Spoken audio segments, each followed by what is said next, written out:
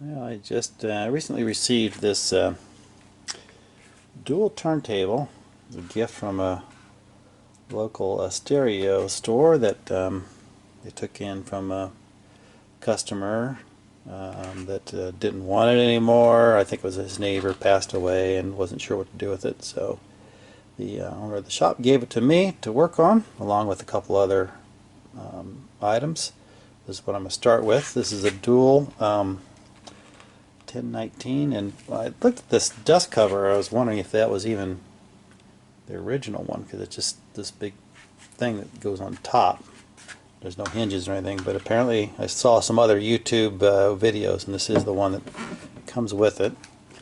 And it's got some scratches on it, so what I'm going to try to do is use the Novus products to go ahead and try to get the scratches out of it. I started on the turntable. I took the turntable off of the base and cleaned the base up a little bit with some 409, and got all the gunk, 50 years worth of gunk off of it.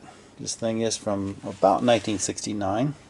It is, again, it's the dual 1019. And then I used some of this Howard feed and wax after I cleaned it up to put the oils back in that the cleaner took off, and make it look nice and new again. So that's in pretty decent shape. The turntable does work just fine. All I've done to it, originally had this Pickering cartridge on it that didn't have any needle in the stylus.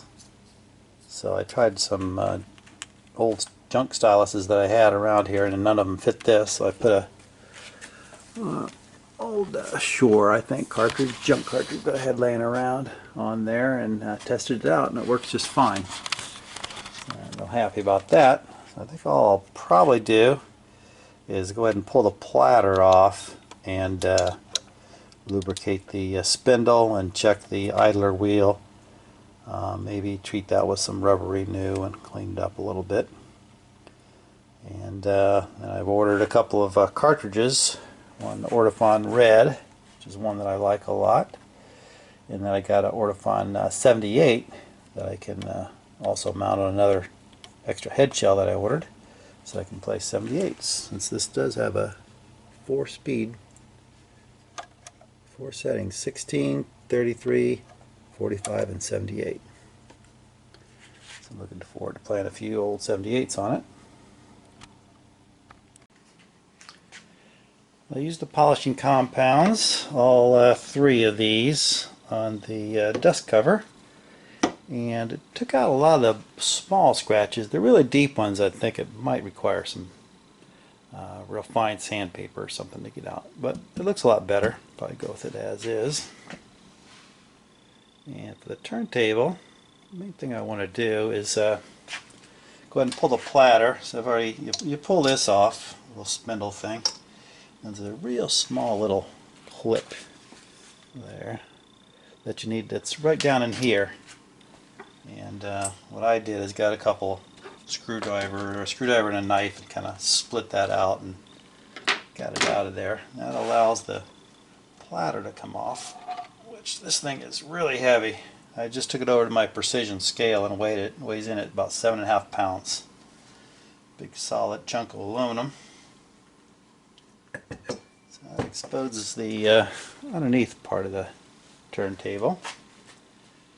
And what I've already done too is put a little spindle lube on the spindle there, so that runs well. Now I use some rubber renew on the tire. And to do that, just dip it in there with a Q-tip. Kind of just get it right here on the edge. And what this stuff does is kind of softens up the rubber tire, clean it up so that it has some good friction and doesn't crack. So you see, get some dirt off of there, and just take the other side, dry it off.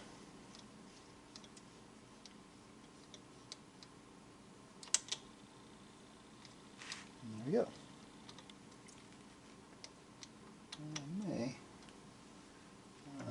just put a little drop of oil on that bearing too.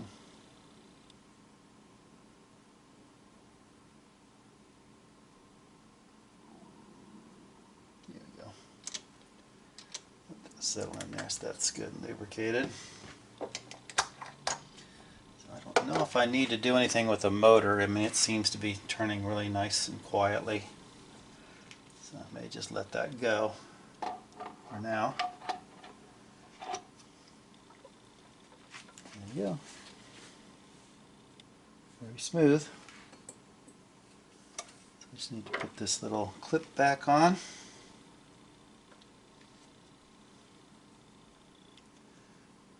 How difficult that's going to be. I haven't done this yet.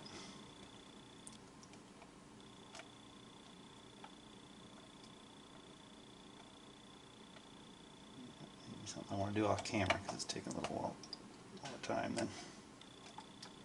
I suspect, but I'll get that clip back on and then put the spindle thing back in and we'll give it a shot. Alright, I got the clip back in, figured out the technique of getting in there. Now the bladder is well attached. I'll go ahead and try a couple records. Here's a 78, so you set this on 10-inch and 78. Hit start. It's almost comical how fast this thing goes on 78 speed. Arm really zips over there. And it starts playing. It's not hooked up to an amplifier right now, so I don't hear anything. And then stop it.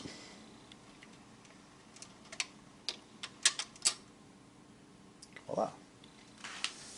So the platter keeps spinning forever. It's so heavy. Got a lot of mass. So go ahead and put an old album on here, set it down to 33 and a 12-inch record.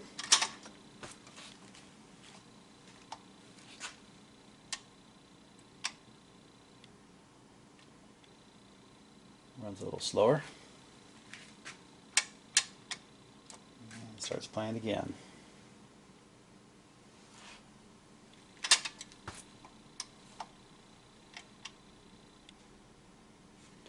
So it looks like it's in pretty decent mechanical shape. I'll go ahead and put new cartridges on when I receive them. And I think that's about all I'm going to do for the restoration, unless something starts acting up. But so far it seems to be working perfectly.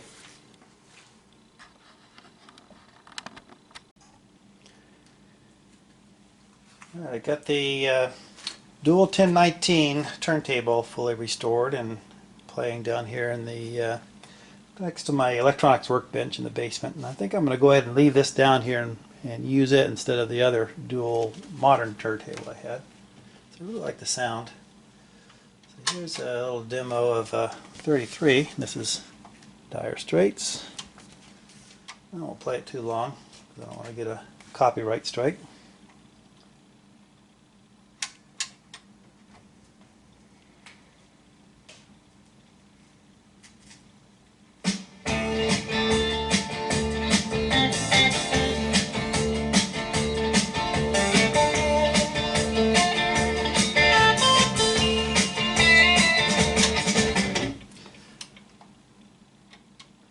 Sounds really good. I really like this turntable. I got 2 new cartridges for it too.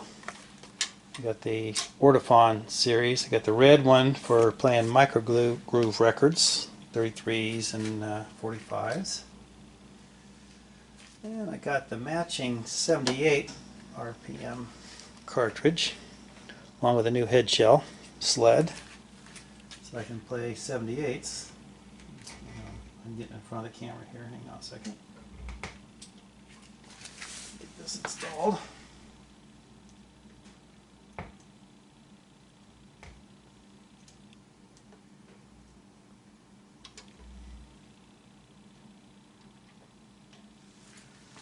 Okay, so I gotta switch it to 78. Put it on 10-inch. Put 78 on here.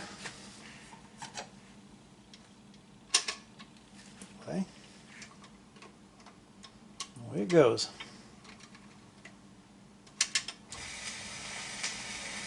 Sometimes I wonder why I spend the lonely night.